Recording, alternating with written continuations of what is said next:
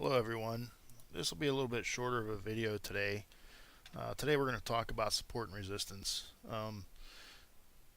Support and resistance is support is a level where buyers tend to think it's a good value. The stock is a good value and the buyers come in. Resistance is just the opposite. It's where people think the stock's becoming overpriced and they decide to get out. And what that creates is levels for entry or exit. There's different ways to find these levels. We're looking right here at today's Alibaba chart. You see, I like to use pivot points. We opened today just about at a pivot point. We made it up to this pivot point and we stopped. Didn't go any higher. You can also use moving average lines for support and resistance. I like to use the 100 and 200 simple moving average line for support and resistance.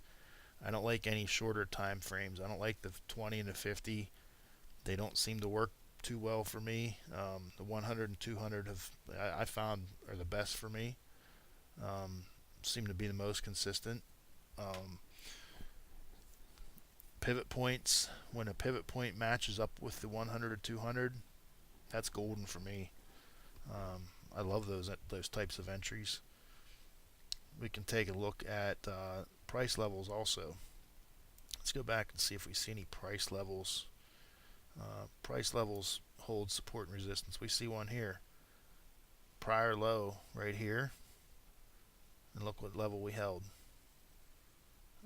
Let's see if we find prior highs. We had prior highs here, and over here we failed to break it. So prior highs and prior lows offer support and resistance levels, which makes sense. If people thought it $171 was a value for this, they're probably going to think that a couple hours later too. It's not going to change that much throughout the day without news. Another thing is if it fails to hold that support or resistance level, that can be a good entry. We showed over here we had, let me go back to where we were now. We have, let's go back. I was looking at the SPY chart earlier. Let's try the SPY chart.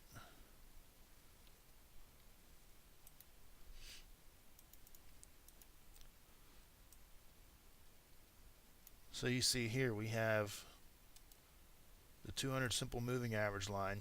We failed to hold it. Whoa, look at that big candle. Two big candles in a row.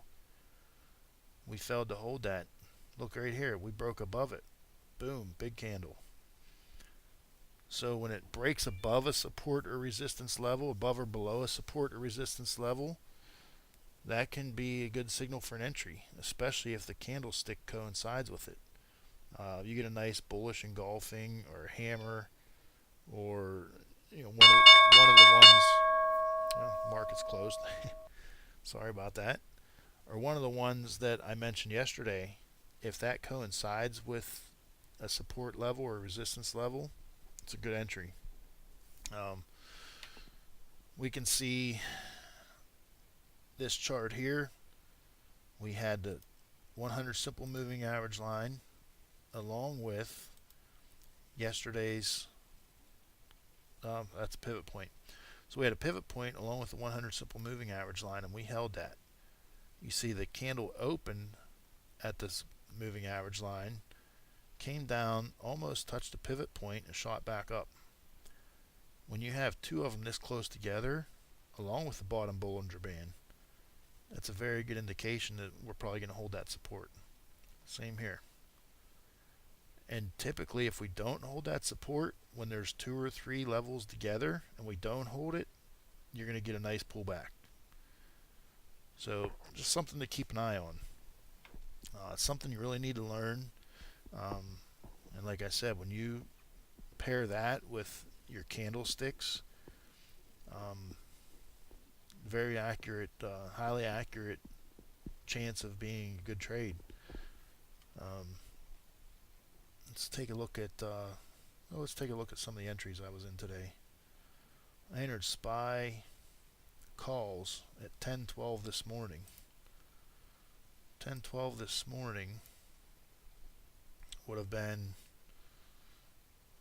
just about right here. We pulled back right to, this probably wasn't the best entry, but we pulled back right to the simple moving average line, and I entered. Small profit, not big, about 8% on the first half. The second half was break even, so I was looking for a bigger breakout. But nonetheless, 8% on half, break even on the other half, so I probably made 4 to 5% net between the two halves, which isn't bad. Go to your bank, tell them you want 4 or 5% a day, and see what they tell you.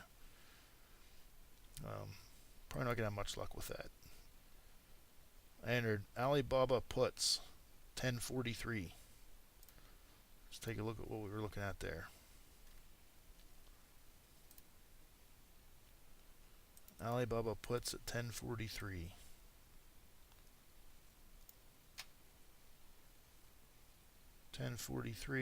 Right about here.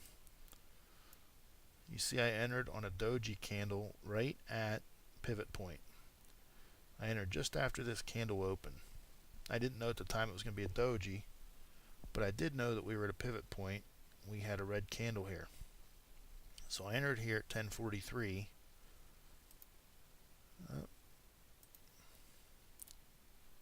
I sold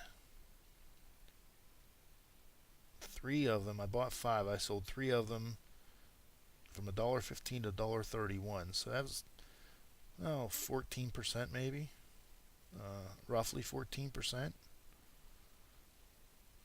I sold them at 1050. So let's see what 1050 looked like. Sold them right at the opening of this candle. I sold them because we came down to this simple moving average line. I wanted to get out of some of them and get some profit locked in. That doesn't look like much, but like I said, that was about 14-15% move. I sold the rest at 1101 and 1108. 1101 would have been right at the beginning of this candle, and I sold the rest at 1108, which would have been just after this candle opened. So we were getting down pretty close to this pivot point here, is where I sold the rest of them. Now, like I said, from looking at this, and we're kind of zoomed out, so it doesn't look like a big move. Doesn't look like a lot. But let's take a look. $1.15 to $1.31. Pull my calculator up. 131 minus 115 divided by 115. 13.9%. It's a pretty good move. You look at the second half, or second sell, I sold at $1.40.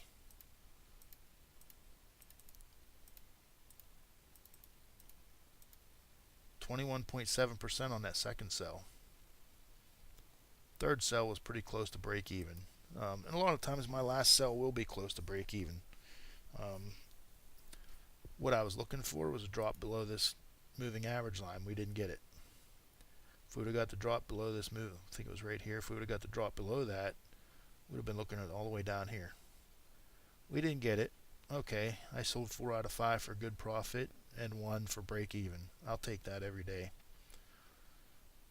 Let's see, I did some experimenting, so I had some losers here. Apple, I lost some money on Apple there. Like I said, I'm typically a SPY trader. Today I was trying some other stuff, trying some different things. Twitter, paid 43, sold at 48. A good 10% there. SESN, which is a smaller stock, bought at 96, sold at 103. Not a big profit, but it's enough. Lost some money on Square puts here. But overall for the day, this small account was up $153. And this account is only sitting at $6,500. $150 on $6,500 account. I increased my account. Let's do this. Just 150 divided by 6,500. I increased my total account by 2.3% today. Doesn't sound like a lot, but you do that every day. That's over 10% in a week. That's 40% in a month. That adds up. You have a $50,000 account. You do that, you're gonna add $20,000 to your account every month, or every month. Boy, I'd love to have that. So, base hits. You know, my biggest win was a 21 percenter, and that was after I sold my initial at 14, 15, 14%. Um, most of my wins aren't that big. Take a look. I lost $27 on Apple, made 91 on Baba, was up $10 today on Delta. That's on a credit spread. Micron, I'm getting crushed on that credit spread. Like I said, I'm not a credit spread trader. It's something I'm experimenting with. New beverage, new age beverage. I'm holding January leaps, and I'm selling calls against those to get money back. It's just a little strategy, something to try. Just start an experiment with that. SESN, I made $42. SPY, I made $20. Square, I lost 18. Twitter, Tesla, 143. Twitter, lost 47. And the only reason, because I only sold half of that today, I actually forgot about it. I had a sell order set for half, and it triggered, and I walked away and forgot that I still had half, and that's why I'm down on that. So I was over $200 for the day at one point. But it's a paper trade account. If that was real money, I wouldn't have forgot it.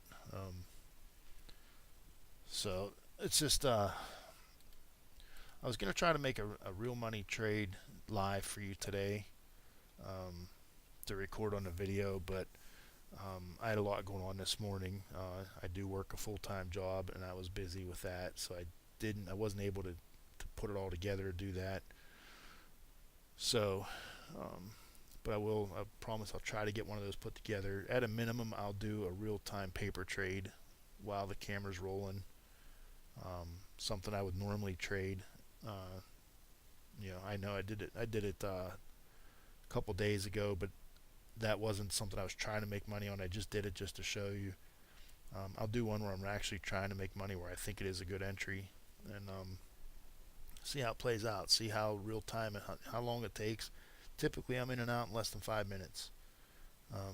You can stick around longer, stay in it for an hour or something, maybe make 25-30%, but I'll take my little base hit, and I'm happy with that. I've gotten burnt trying to be greedy before and trying to maximize profits, and it's not been good. So if I'm up a little bit, I take it.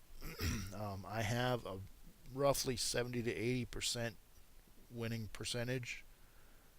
If I try to get more out of them, that'd probably drop down closer to 60%.